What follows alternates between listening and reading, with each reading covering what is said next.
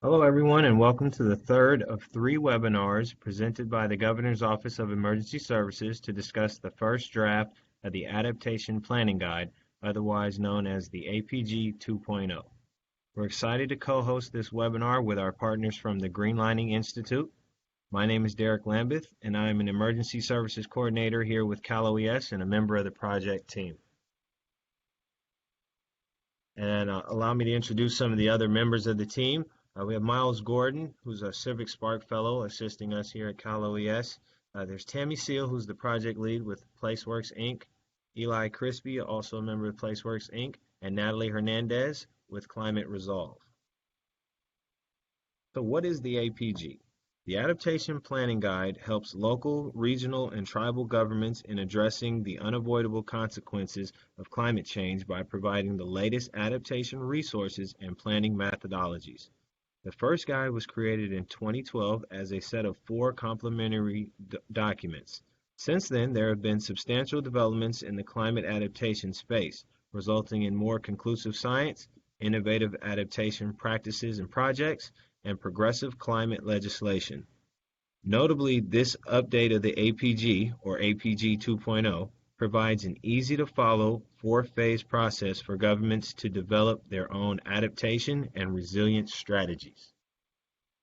APG 2.0 incorporates findings from the Safeguarding California Plan 2018 update, California's 4th Climate Change Assessment, and other state climate documents. It also provides detailed information and steps on how to complete a vulnerability assessment and an adaptation framework. And with the Interagency Working Group, a diverse interagency working group of 35 representatives helped advise on the content of the APG 2.0. It was critical to have their expertise in reviewing the topics and pointing the consultant team towards resources. For this public review period of the APG 2.0, we've decided to co-host 3 webinars with organizations whose audiences will be users of the information. We are aiming to reach as many stakeholders as possible and could not do it without the help of our partners. I would like to invite Sona Monat, the Environmental Equity Senior Program Manager and Policy Analyst at the Greenlining Institute, to say a few introductory words. Take it away, Sona. Thanks so much, Derek. Hi, everyone. As Derek mentioned, the Greenlining Institute is really excited to be a partner in the outreach for the Adaptation Planning Guide 2.0. And for those who don't know, Greenlining is a racial and economic justice public policy organization based in Oakland. And our mission is to build a nation where communities of color thrive and race is never a barrier to opportunity. And greenlining is actually a made-up word, but it refers to the practice of redlining, which was government-sanctioned policy from the 19th, where housing agencies, bankers, and realtors would draw red lines around communities of color to mark them off limits for investments. And as a result of decades of underinvestment from redlining policies, in addition to institutionalized racism and exclusion from decision-making, marginalized communities, including low-income people, people of color, the elderly, immigrants, people with disabilities, and many more, have been left with inadequate, weak, and aging infrastructure in their communities, disproportionate exposure to pollution, negative health impacts, and limited access to quality education, healthy food, public services, and economic opportunities. And climate change, as a threat multiplier, will worsen these shocks and stresses, increasing poverty and pollution in communities that are already heavily burdened by health, environmental, and economic inequities, and who have the least resources to prepare for and recover from climate disasters. And so at Greenlining, we have several different policy teams that all work to address the harmful impacts that redlining policies created in our communities that we see today. And our environmental equity policy team, which is what I work on, works on developing equitable climate adaptation and resilience strategies to support the most impacted communities as they adapt to a changing climate. Because as California continues to be a leader in fighting climate change, we have to make sure that historically marginalized communities that are on the front lines of climate change are prioritizing climate policy and are included in decision-making that impacts them. And so Greenlining is really excited for the APG 2.0 because it offers a lot of resources and guidance for local governments on how to equitably develop local climate adaptation and resilience policies, programs, and actions. Equity is integrated throughout the APG, and it's not siloed into one section, but seen as a critical component of adaptation planning at all phases, especially around community engagement and outreach. Each of the four phases of the APG, which this webinar will go into more detail about, includes specific sections on community engagement and outreach to help ensure that adaptation planning efforts, such as vulnerability assessments, are driven by community priorities and reflect a community's on-the-ground understanding of climate vulnerabilities. The APG includes guidance on equitable engagement strategies to achieve this, such as by creating community advisory committees and promoting community-based participatory research.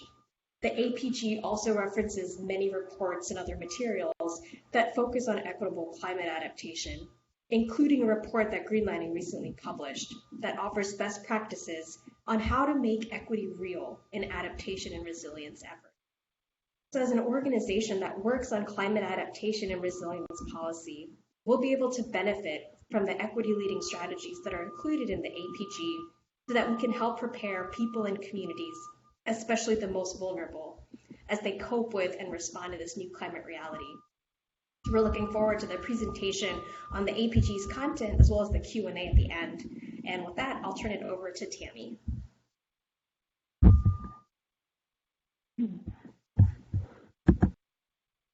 Thank you, Sona. So, good afternoon, everyone. This is Tammy Seal with PlaceWorks, and I'm the project manager for the consultant team. And I'm going to take a couple minutes just to provide an overview of the process we followed in updating the adaptation planning guide, and then turn it over to Eli Crispy and Natalie Hernandez, who will give you a bit more details about the content of the APG. So we're really pleased to have a large consultant team that's been working for the past year in collaboration with Cal OES and OPR to update the adaptation planning guide. So we're led by PlaceWorks, and our partnership includes ICF, Climate Resolve, and Doctors Adrian Grieve and Michael Boswell. And you might recognize Dr. Grieve and Dr. Boswell as authors of the first adaptation planning guide. And they've been able to provide continuity to our project team and also keep us updated on the latest research in climate action planning. Our team represents a broad and deep expertise in climate action planning, and everyone on our team is working day to day with local, regional, state, and federal governments to address climate adaptation and resilience. And it's been our pleasure to work on this project this year and to bring you the public draft that we're happy to see on the website today. So next slide. So the goals for the Adaptation Planning Guide 2.0 primarily has been to provide, updated resources, science, and best practices, and to do so in a manner that's integrated with existing state planning documents and guidance, as well as regional and local planning practices as well. We wanted to ensure that the Adaptation Planning Guide resources supported alignment and integration of climate adaptation and resilience plans and programs across local, regional, and state adaptation planning efforts. In providing the update, we were definitely aware that legislation has changed and that local governments are now required to address climate change in their general plan updates. And we feel that APG 2.0 will be an important and helpful resource to those looking for options and to support compliance with SB 379. And as Sona mentioned, we also sought to ensure that this adaptation planning guide had an integrated approach to equity and justice. And we also opted to integrate outreach into all phases with an emphasis on equity and outreach integration.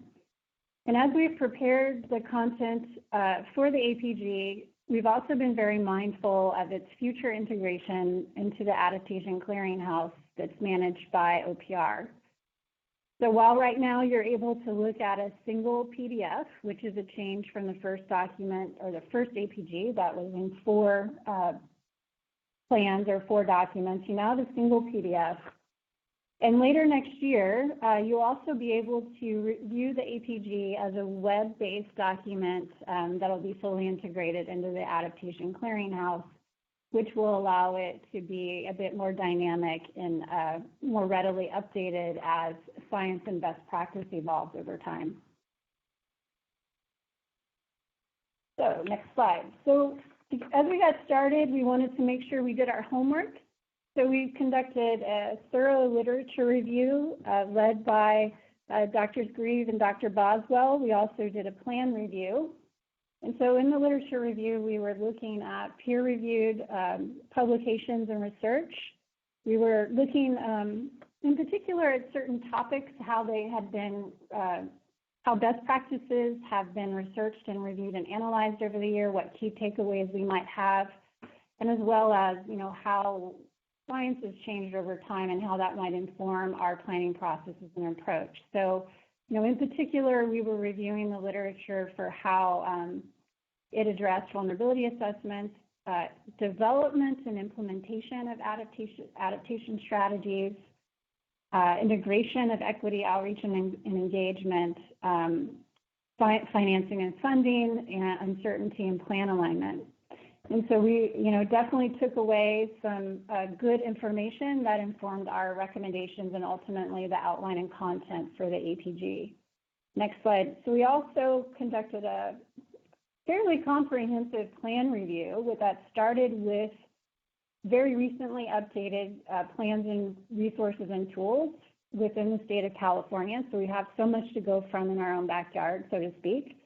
We also supplemented our plan review with guidance documents from outside California, from other state agencies, especially states that have similar characteristics to California. We also looked at federal resources and resources from other countries just to make sure we weren't missing anything in our assessment of best practices. And then part of this focus of reviewing the state plans was so that we were very aware of what exists, what's been published now, and what's current, so that we would avoid any redundancy in the APG 2.0 and instead focus on updating information, filling gaps, and emphasizing integration with existing state documents. The next slide. In addition to the content review, the literature review, consultation with our interagency working group and our team at Cal-OES and OPR, we've also had ongoing outreach with stakeholders. Starting a year ago, Cal-OES provided an online survey that maybe some of you were able to take and provide early feedback to us. We've also been taking advantage of presentations and getting feedback from those. Earlier this year, in late spring, or actually in July, we had listening sessions.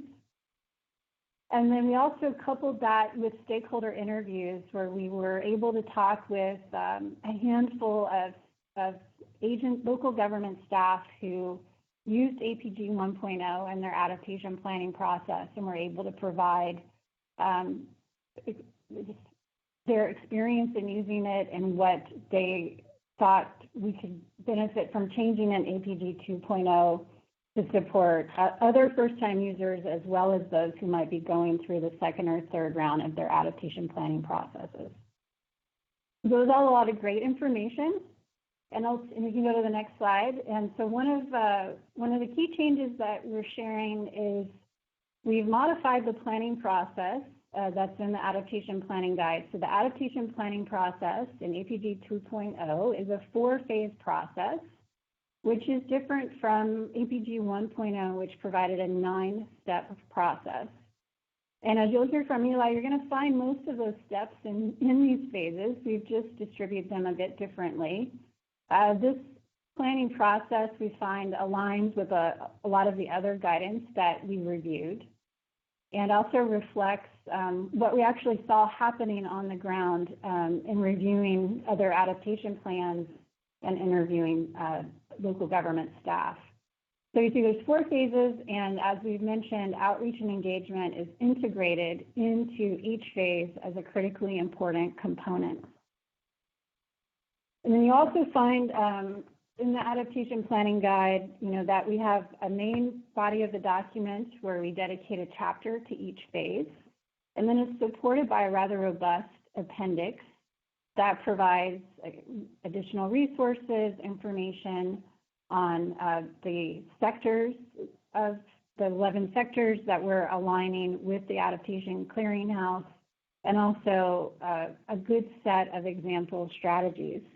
You'll also be able to find definitions in this version of the APG, and those definitions are consistent with the other state adaptation planning documents. So, we've had a big emphasis on consistency and integration, and ensuring also that what we're providing is flexible for local governments, and it allows users to plug into it as it works best for them. It's not prescriptive, and it's not a mandate. It's a helpful resource to everyone.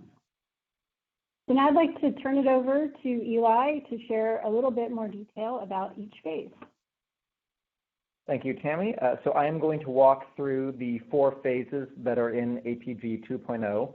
And this first phase is a scoping phase. It's what we're calling explore, define, and initiate. And this is an entirely new phase in the APG. It's one that isn't in APG 1.0, but it's one that we thought would really be helpful in making sure that planners were fully prepared for the adaptation planning effort, and that they understood what was involved before embarking on the process in earnest. There are 4 steps in this initial phase. The first step is what we're calling motivation and scope, and this is all about confirming why a community is undertaking adaptation planning efforts in the first place, what they hope to get out of it, and understanding the broad parameters of that effort. The second step, teams and resources, this is all about ensuring that the right people are involved in the planning effort, both the core project team as well as a broader group of advisors and stakeholders, really making sure that participants have access to the resources that they need. The third step is about choosing the climate effects and the populations and assets that will be analyzed in the adaptation plan. That helps to set up the technical analyses that we'll talk about in a moment. And then, as Tammy mentioned, outreach and engagement really is a critical component. So we've set that up to be an ongoing effort throughout this phase.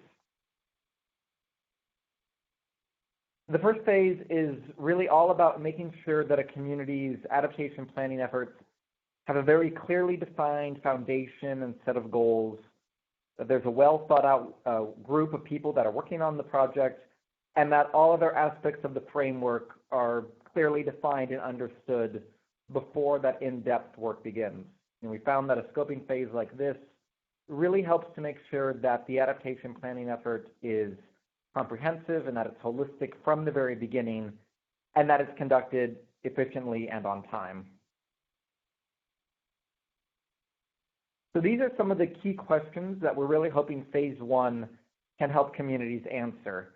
We want to make sure that planners are thinking about some of the big vision-related aspects of adaptation planning, but that they're also considering some of the smaller scale, more focused logistics, such as, for example, the budget of the project, or who should be involved in the planning effort.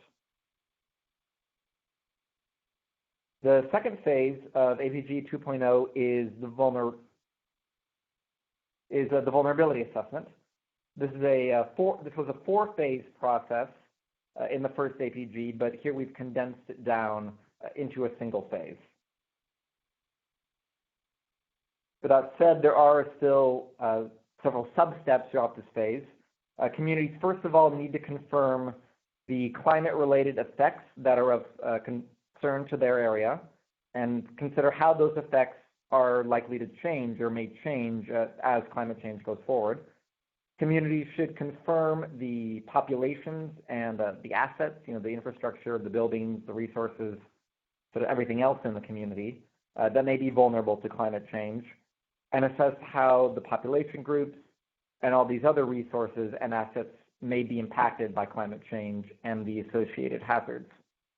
The third sub-step is to assess adaptive capacity. And we've heard that this has been a bit of a challenge for some communities. It's a bit of a technical term. We really wanted to make it as clear and straightforward as we can, so we've broken it out and kind of given it its own sub-step in APG 2.0. And then there's a fourth sub-step, which is scoring, and that's all about bringing the information collected throughout the analysis together and really determining what the key vulnerabilities are. As with the first phase, the community engagement and outreach efforts run throughout the entire phase, and there are some resources and materials in this section of the document to help inform what may be some of the best ways to involve the community in this more technical type of process. So the vulnerability assessment, if you've done this type of work before, you know it really is the major technical analysis that supports the overall adaptation planning effort. We really did want to make this as straightforward and as accessible as possible so that anyone could conduct the work, and it really needed to be something that could be done by any group of people who were involved in this effort. And we wanted to present the resources in such a way that didn't oversimplify the information or cause critical details to be lost. So we were confident that in APG 2.0, there are the resources that can help everyone prepare a high-quality vulnerability assessment. A key priority here was also making sure that the vulnerability assessment that comes out of the process laid out in APG 2.0 really meets some of the requirements that you heard about earlier for including a vulnerability assessment in a community safety element that they're now required to do so under Senate Bill 379. The vulnerability assessment is really all about understanding how climate conditions in and around the community may change, what impacts or consequences those changing climate conditions may have, and what is the community's ability to resist and recover from those effects. So by conducting the vulnerability assessment and answering some of these questions that we've laid out, we really hope that communities will be able to understand how they are most susceptible to climate change, and that in turn is what leads to building resilience.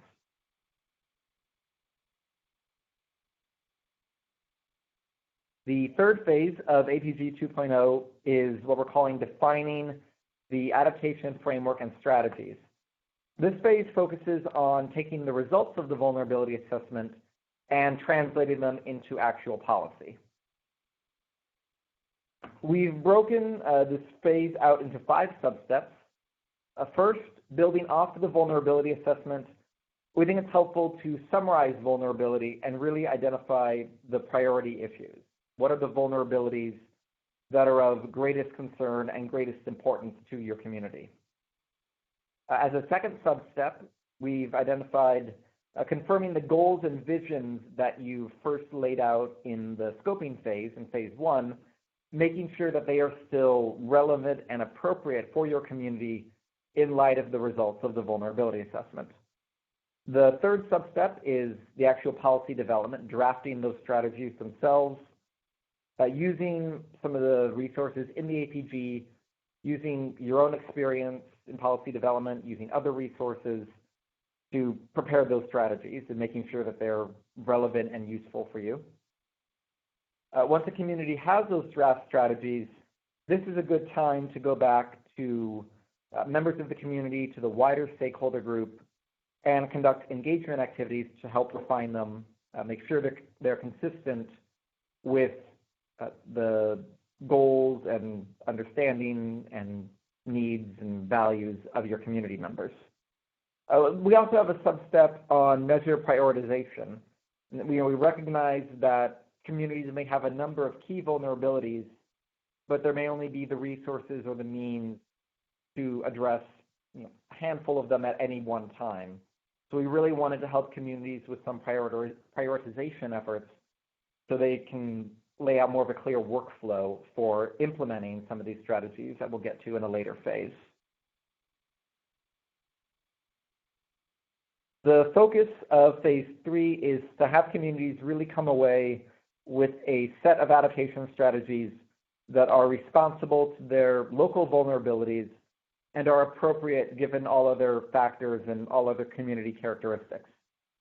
We know that policy development can sometimes be challenging, especially for practitioners who aren't used to the adaptation field and may not have a lot of experience developing adaptation policies.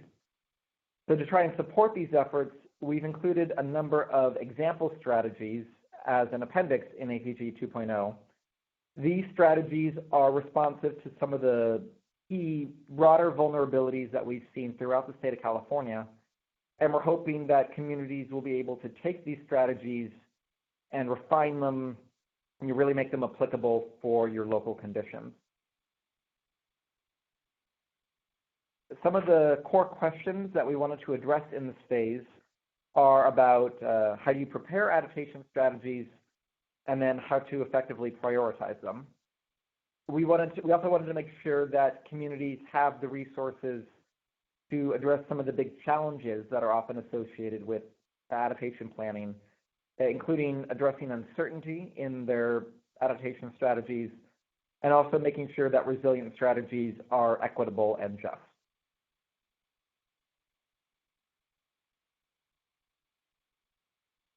The resources in APG 2.0 and those example strategies that I mentioned, those are organized into sectors.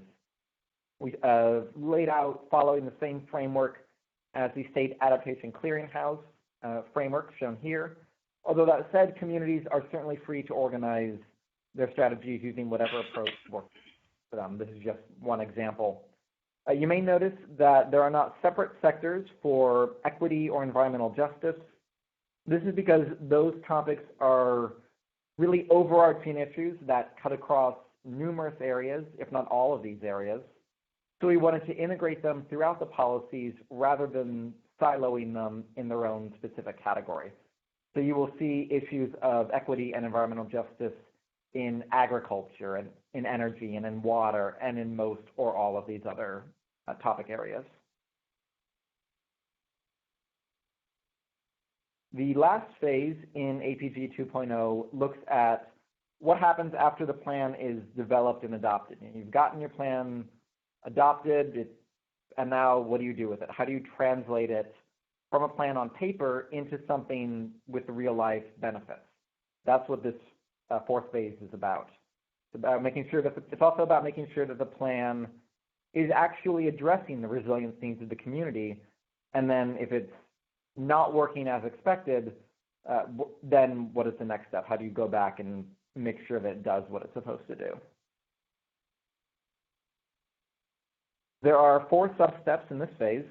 The first is that actual implementation effort, putting the adaptation strategy into effect, but of course it doesn't end there.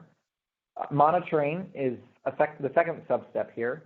It's about collecting information about how the implementation has been proceeding and ideally reporting on that information publicly.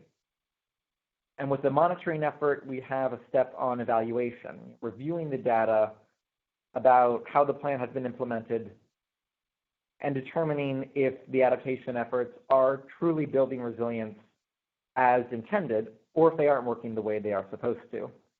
And then that fourth sub-step is the adjustment phase, going back and revising the adaptation efforts as needed to get to the results that the community wants and is hoping for. You may remember in APG 2.0 or APG 1.0, the 9-phase process was cyclical.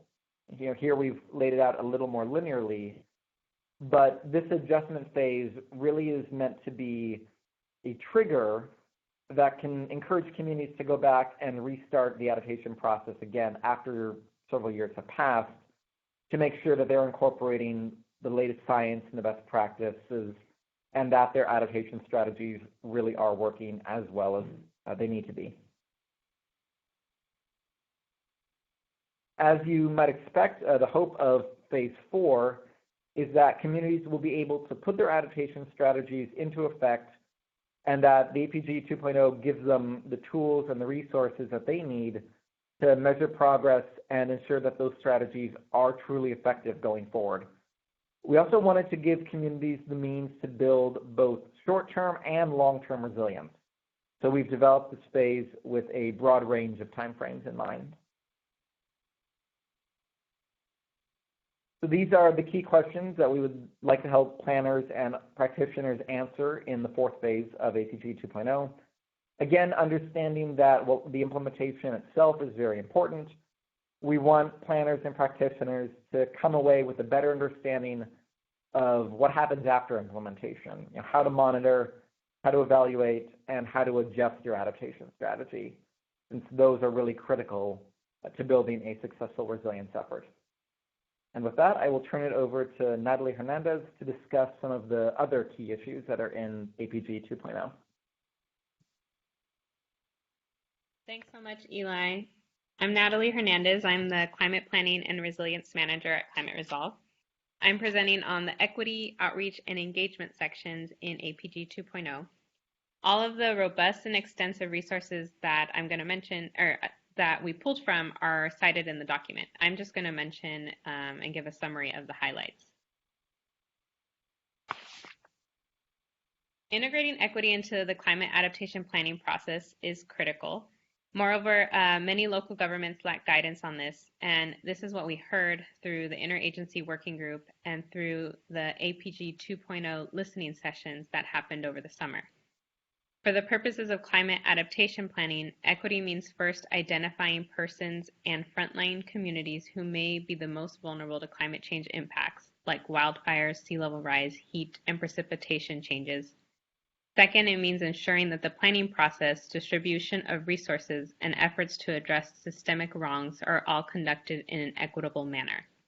In the APG 2.0, we have a table taken from Ramey and Associates and the Urban Sustainability's Directors Network's Guide to Equitable Community-Driven Climate Preparedness, and this parses out the different dimensions of equity to incorporate: procedural, distributional, and structural. Additionally, in APG 2.0, we have resources on outreach and engagement, and it's a part of every phase, usually at the end of each section. A few suggested approaches are listed here. For example, in adaptation planning, it's important to train local government officials on equity, especially when those officials are being asked to work with underinvested communities and neighborhoods that have suffered historical racism. Those equity issues are intersectoral, and they come up with the topic of climate change.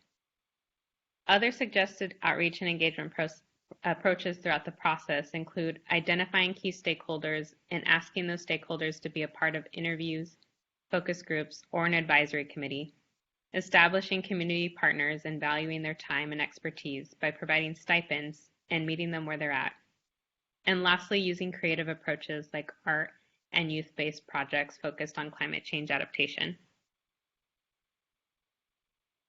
Here are a few more suggested approaches from APG 2.0. Recognizing existing structures and networks can be an empowering process of adaptation planning, like the use of storytelling timelines and participatory asset mapping for vulnerability assessments. Then involving the community even more through the development of adaptation strategies is what makes the planning process worth the effort. In the end, the community and local government should feel a co-ownership of the plan and be ready to co-manage implementation. Lastly, providing transparency and accountability throughout keeps everyone on the same page and helps show tangible results. Again, these are just a few of the suggested approaches in APG 2.0 that I'm highlighting, and there are more extensive resources in the actual document itself. I'm going to turn it over to Derek, who will talk a little bit about the public review process for APG 2.0. Thank you, Natalie. Before we jump into the question and answer portion of the webinar, I'd like to spend a couple minutes letting you all know how you can provide feedback on the APG 2.0. We were able to provide a high-level overview of APG 2.0 through this webinar presentation, but please review the whole document at Cal OES's website listed here. And we are in a 30-day public comment period, and we will receive comments through January 10th. Please take our 5-question survey link shown above, and that is the best way to provide comments so that we can receive them in an organized fashion.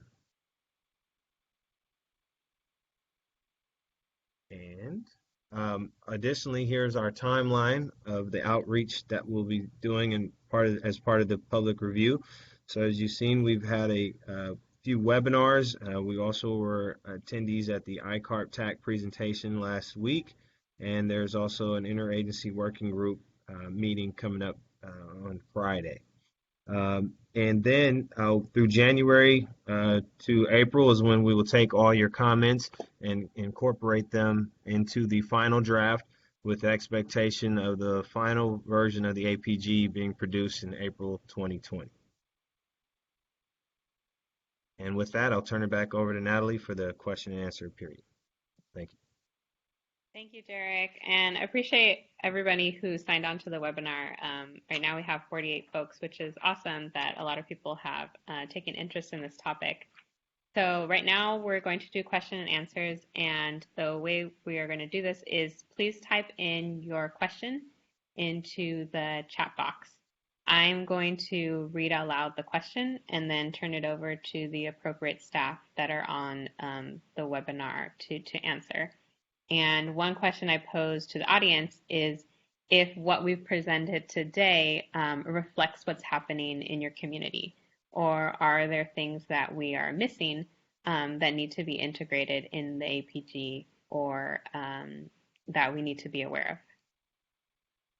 So please type your questions into the chat box.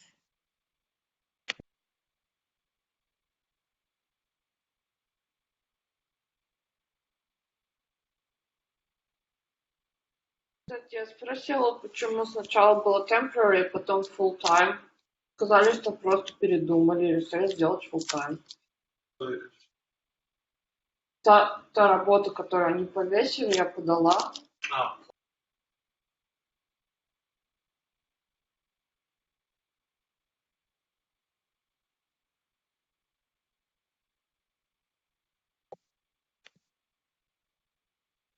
Sorry, I think we had some people unmuted, but I just made sure everyone was muted right now.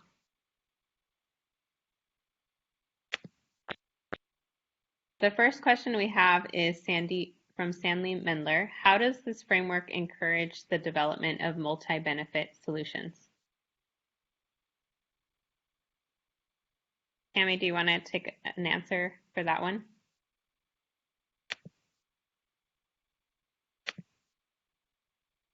Well, we have in the APG 2.0, this is Eli, we identify the importance of determining co-benefits for your adaptation planning efforts, and these are additional benefits that go beyond just improving community resilience, but also improve public health, save community members money, enhance mobility options, and so on.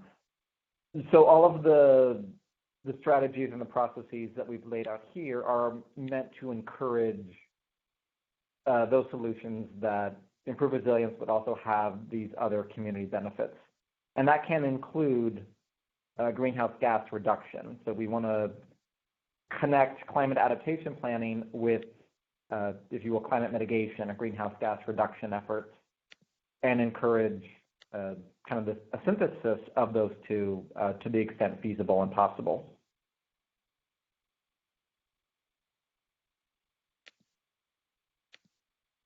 Thank you, Eli. The next question is from Summer Cecile. Will you be emailing your PowerPoint to the webinar participants? Yes, Summer, we emailed it earlier today to those participants who were registered, but if you would still like a copy of the PowerPoint, can you just directly message myself and I'll get you the PowerPoint, just if you're able to do that. Actually, I think, yes, if you're able to do that, we can send it to you.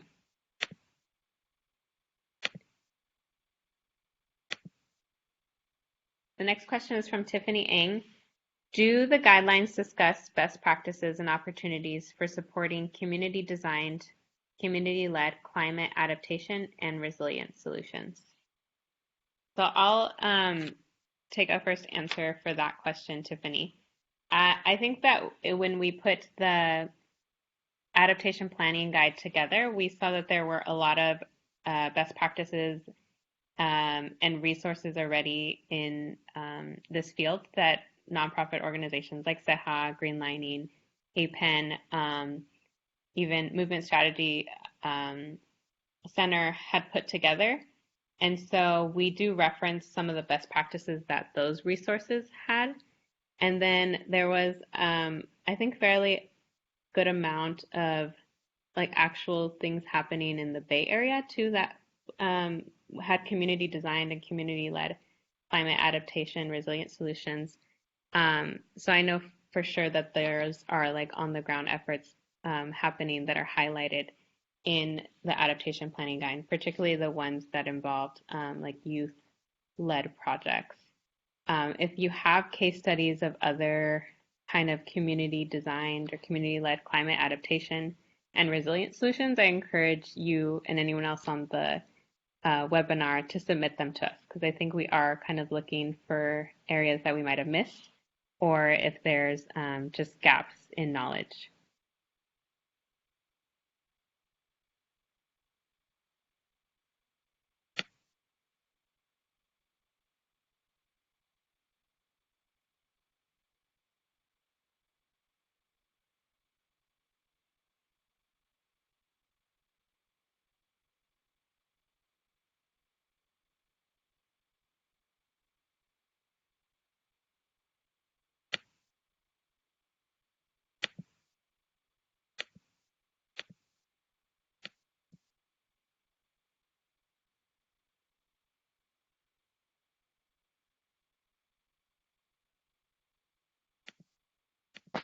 Hey Natalie, while we're waiting for other questions to come in, and I just wanted to give a quick plug. A question that came up on the last webinar. This is Miles, by the way. A question that came up on the last this webinar was whether or not there will be examples of jurisdictions that are implementing the APG guidance. A large part of my project with the APG project team has actually been to test drive this new APG with a couple different local jurisdictions, and so in the new year I will actually be putting together a couple of detailed case studies showing how these local level jurisdictions have been implementing the guide and their lessons learned from doing so. So for anyone who might be looking for that type of information, it is definitely forthcoming in the new year. Thanks so much for that information, Miles. Yeah, I think that has been a question that's come up in the past webinars, is exactly that. How will jurisdictions be using this, and are we capturing that information once they use the planning guide? Next question is from Chris. So much of what we face with the rapid climate change happening can be characterized as a mix of mitigation and adaptation measures. Is this directly addressed in the document? I'm going to let Tammy answer that one. This is Tammy. Eli's going to take a first shot at that answer. Let's give us the best. So, Chris, I'm assuming when you say mitigation, I'm not sure if you're referring to greenhouse gas mitigation or mitigation from like an emergency management cycle perspective. But I suppose either way, yes, this document is focused on climate adaptation and building resilience, and we recognize that some efforts that build resilience are also intended to can also have the benefit of reducing greenhouse gas emissions. Getting at some of those co-benefits that I was mentioning earlier. So we've certainly tried to identify those wherever possible. If you were speaking to mitigation as an emergency management cycle, there's, as you may know, within the emergency management cycle, there's discussion of mitigation, preparation, response, and recovery. And this adaptation planning guide is really providing resources that address all four phases of that cycle. I'd say the greatest opportunities for resilience come at the mitigation phase of that cycle, but we are certainly supporting improving climate adaptation in the other phases, in the preparation, response, and recovery components.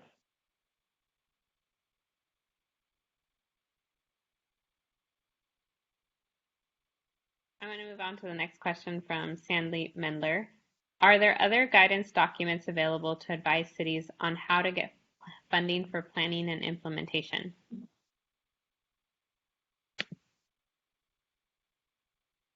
So yeah, Sandy, this is a good question, and I think one that we've heard in all the webinars so far. We know that getting the resources to support implementation is that essential ingredient to resilience.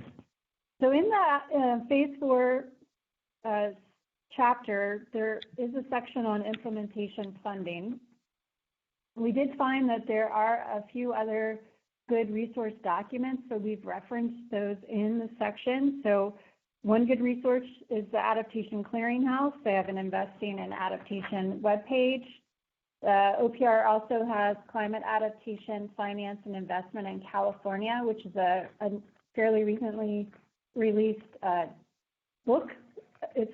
And then we also have a resource we reference called Paying for Climate Adaptation in California, which was prepared by AECOM in partnership with the Resources Legacy Fund. And I'd say all those are good resources to go to for guidance and information about funding and financing for climate adaptation. And then, you know, we do know that there are grants out there. We don't have a grant list because the grant resources tend to change over time. And so that's what we have so far. I'd encourage you to take a look at phase 4 and see if we've provided resources and information that you find helpful. And if not, let us know.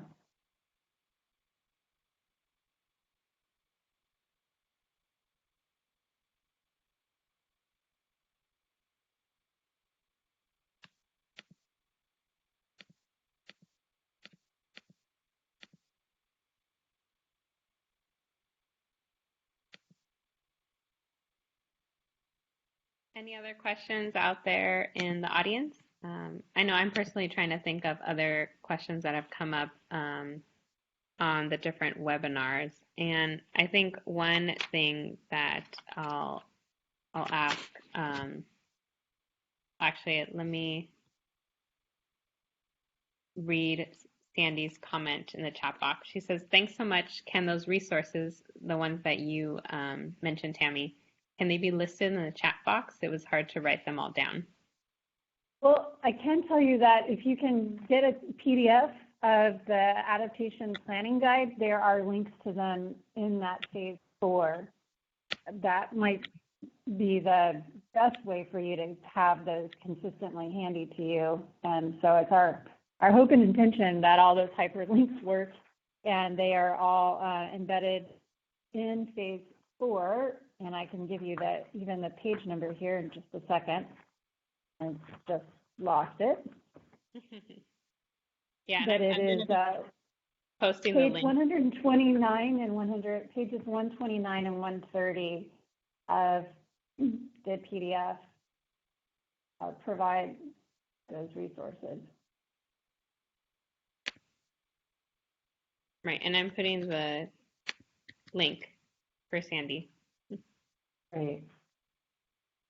Okay, Tiffany has a question. While SB 1000 doesn't explicitly mention climate adaptation and climate resilience, we know that there are connections between that law and this work on adaptation.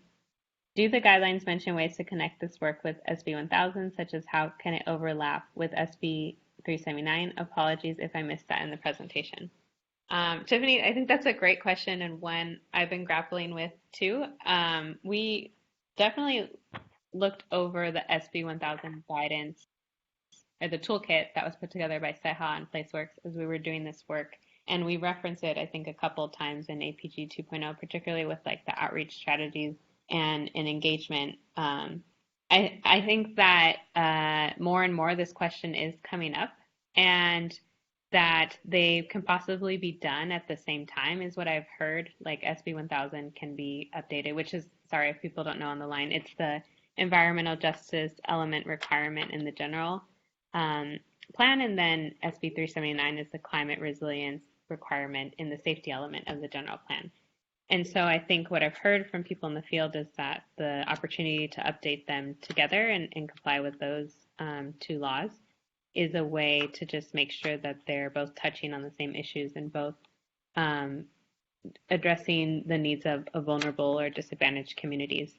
And the fact that I think it's up to the jurisdictions to also define what is a disadvantaged community, and knowing that there are climate vulnerable communities that may not come up on Calendvirus Screen, I think is an opportunity to just make sure that the safety element is addressing all of the communities who really need it, the frontline communities and those communities that are identified or not in Calendvirus Screen. So I feel like climate resilience is another lens with SB 379 to look at which communities really need the most help.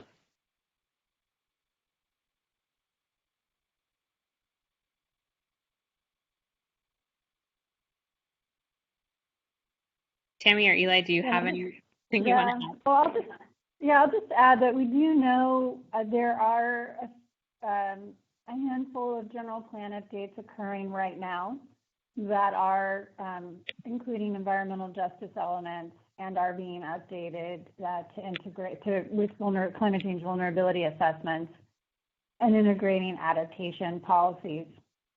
And I think it's our hope that in the next version that we release in early next year, that those processes will be far enough along that there are some draft documents that we can point to as examples in the APG as well, so that we can, have some best practices, or they probably will be the best practice since they're going out there first. Yeah, there's a handful of those general plan updates in progress now that are addressing both issues, and we're here to be able to share those resources in the next draft. Yeah, and I know Tiffany is kind of tracking how SB 1000 is getting implemented a little bit throughout the state since it got passed, and the SB 379 got passed at a similar time. And so it's one of those things I think that we'll be tracking too as they both get implemented.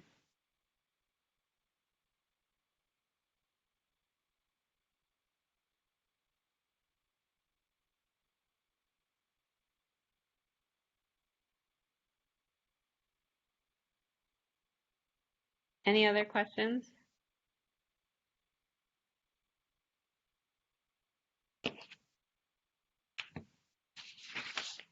I kind of want to turn it over to Eli to maybe talk again about like the information that's in the appendix. I feel like our webinar, only really gives the highlights. And I personally think like the appendix of the APG has so many different resources that can be really helpful to people that don't know where to start, especially with adaptation strategies. So Eli, can I just ask you to talk about that a little bit? Sure, I can certainly speak to that. So there are a handful of different resources that are in the appendix of APG 2.0. We have summaries of the 11 sectors that are used in the Adaptation Clearinghouse to sort of organize policy and strategies. So we've laid out, what each of those sectors are, what are some of the key vulnerabilities associated with those sectors, why it's an important topic for communities to address. We have, as I mentioned, the example strategies that are responding to broad level vulnerabilities within the state of California that we're hoping communities will really be able to take and refine those strategies, make them their own. For each of those strategies, there's about approximately 5 strategies per the 11 sectors. Some have a little more, some have a little less. There's an appendix that lays out those strategies, those examples, talks about why these particular issues are important, identifies factors that communities may want to consider when looking at that type of strategy. It identifies where there are opportunities for that strategy to overlap with other issues and sort of how you would categorize and how you would implement it. We've tried to identify who might be responsible for such an example strategy.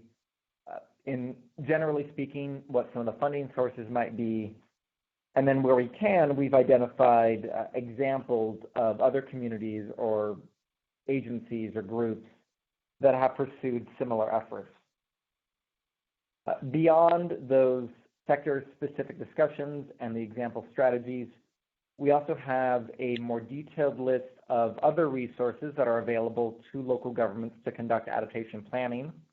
We've described what those other resources are, and we provided hyperlinks to access them.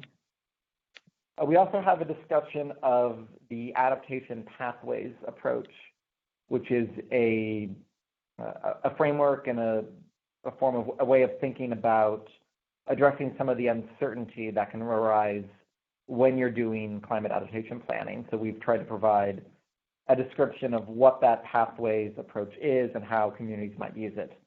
And then there are a set of endnotes and resources. You know, we've extensively sourced the APG 2.0, and we've tried to back up all the statements that are in it, so you can go to that list of endnotes and other resources for more information on some of the specifics that we provided. Thank you, Eli.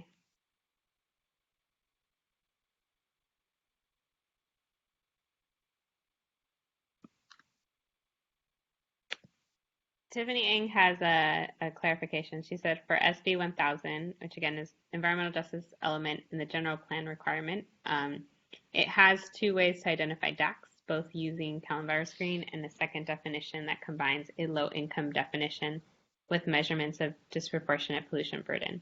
Thanks, Tiffany, for that clarification. I think what I meant to say too is when doing the vulnerability assessment and that as a part of SB 379, I think it's a way to also combine it with SB 1000 and doing the DAC assessment and seeing like what areas of the community or geographic area overlap, so that the safety element is targeting, I guess, the most priority populations of a jurisdiction.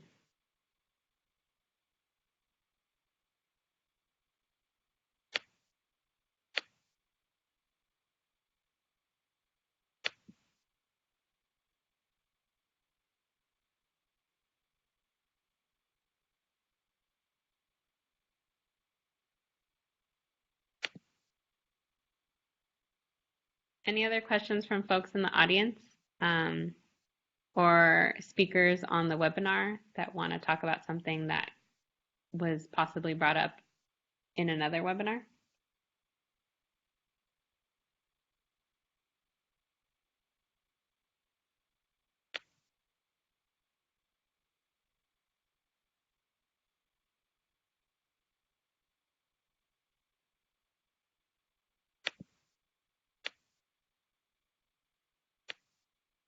I think one of the logistical things that has come up in other webinars is that people have asked if this webinar is being recorded, and yes, it is.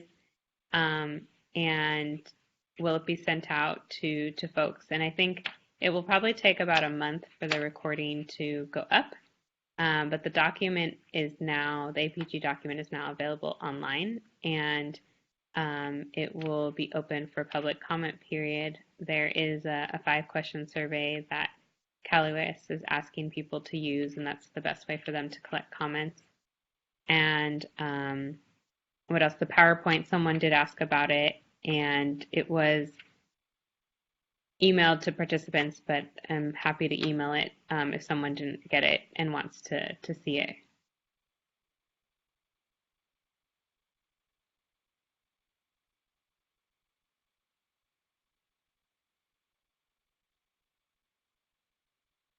Okay, a couple more questions coming through. Sarah Risher asks, will you add more images throughout the guide? Also, have you considered using different fonts for the main text, heading titles, and text boxes?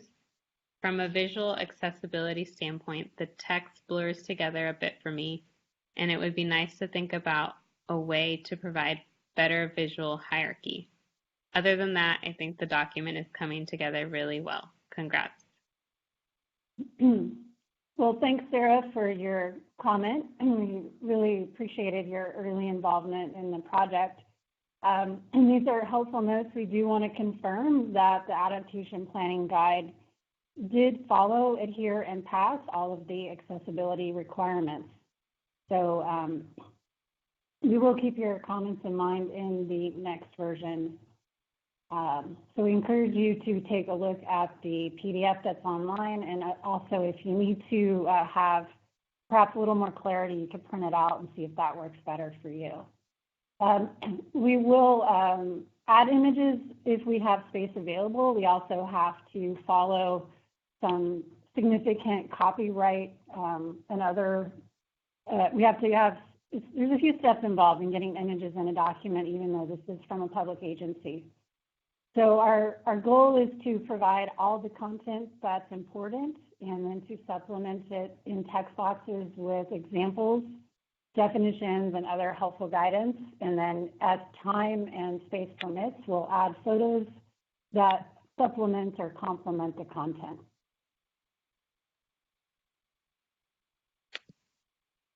If I could piggyback off of that real quick, this is Derek. Just a reminder that the end format for this guidance is not in its PDF form, so it will be a more interactive web application experience. So that's the goal of it.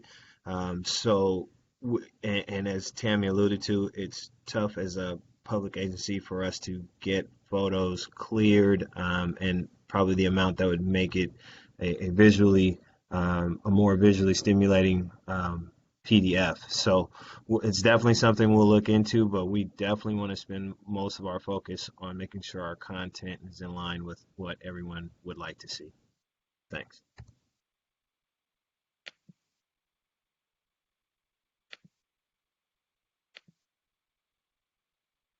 Sarah says, great, thanks for your responses. The next question is from Tyler. Great content and very thorough detail. Do all cities need to adopt, and if so, by when? What if some don't? What are incentives, actual implementation rules / flexibility, and alignment with urban densification, transportation, and policies like the federal opportunity zones, etc.? This is Derek. I'll jump in just a second here. I'm sorry, and usually I've stressed this throughout the prior webinars, but again, this is only a resource. It is not a state mandate. Again, this is to help any local jurisdiction or organization that's looking for a way to start or enhance their adaptation plannings. Again, just a reference point for people that need to use it, not a state mandate. Right. Thanks, Derek. It's really important. I'd refer folks who do have questions about some of the legislation we've mentioned, such as SB 379 or Senate Bill 1000, to refer to the general plan guidelines that are available on the Office of Planning and Research website. Those should be your first stop when looking for very specific guidance on how to comply with the legislation related to general plan updates. And SB 379 and 1035 do have language about the integration of climate change into general plans. And we've provided a little bit more of the legislation, not an interpretation, but we've actually provided the legislation as written in the APG so that folks can see that there are different options for compliance with that. And what we've attempted to do in the adaptation planning guide is to provide the resources that would support pursuit of any one of those options. And there are 3 primary ones as well as others. So we've focused on providing resources to support a local adaptation planning process that would result in an update to a general plan, an update to a local hazard mitigation plan, or a standalone climate action or adaptation plan. So I would just encourage, if you're at a local government, to consult with your staff council about what's required for you, and then to consult with OPR about guidance as well.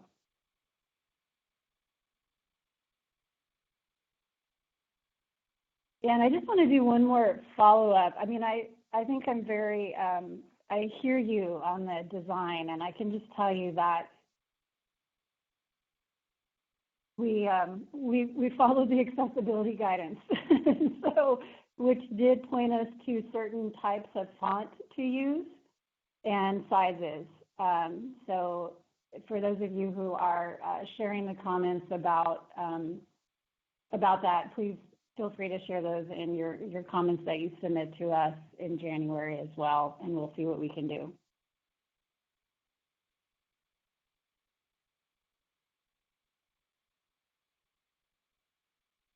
Yes, this is Derek again. The PlaceWorks team and the project team in general is very limited in our options that are available regarding um, font and very strict guidelines regarding accessibility. So we are working to do our best within those parameters. But thank you for the feedback.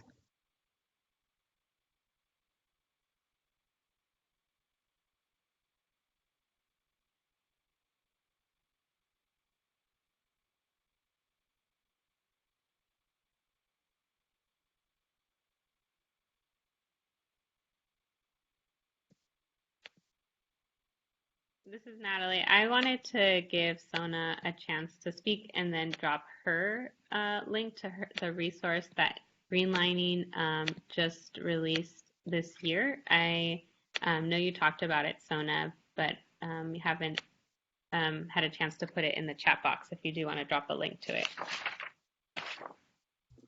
Hi, Natalie. Sure, yeah, I'll be happy to. I'll add that right now.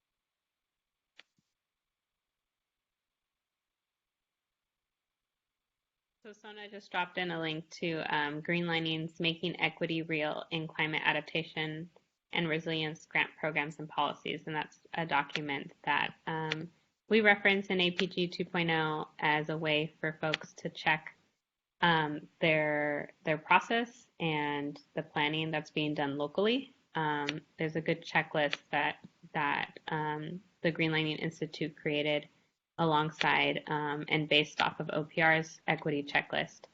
So I think that's one way we've used Greenlining Institute's resource in APG.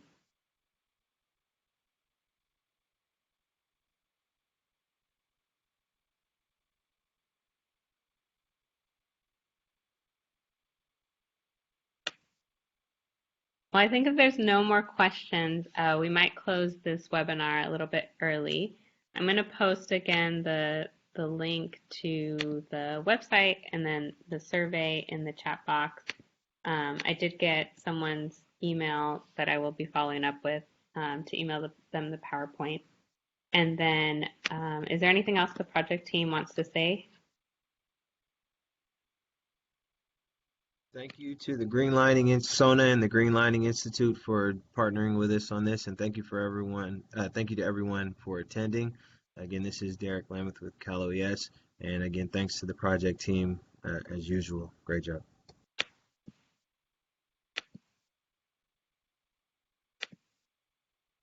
Thank you, everyone. I'm going to stop the recording now.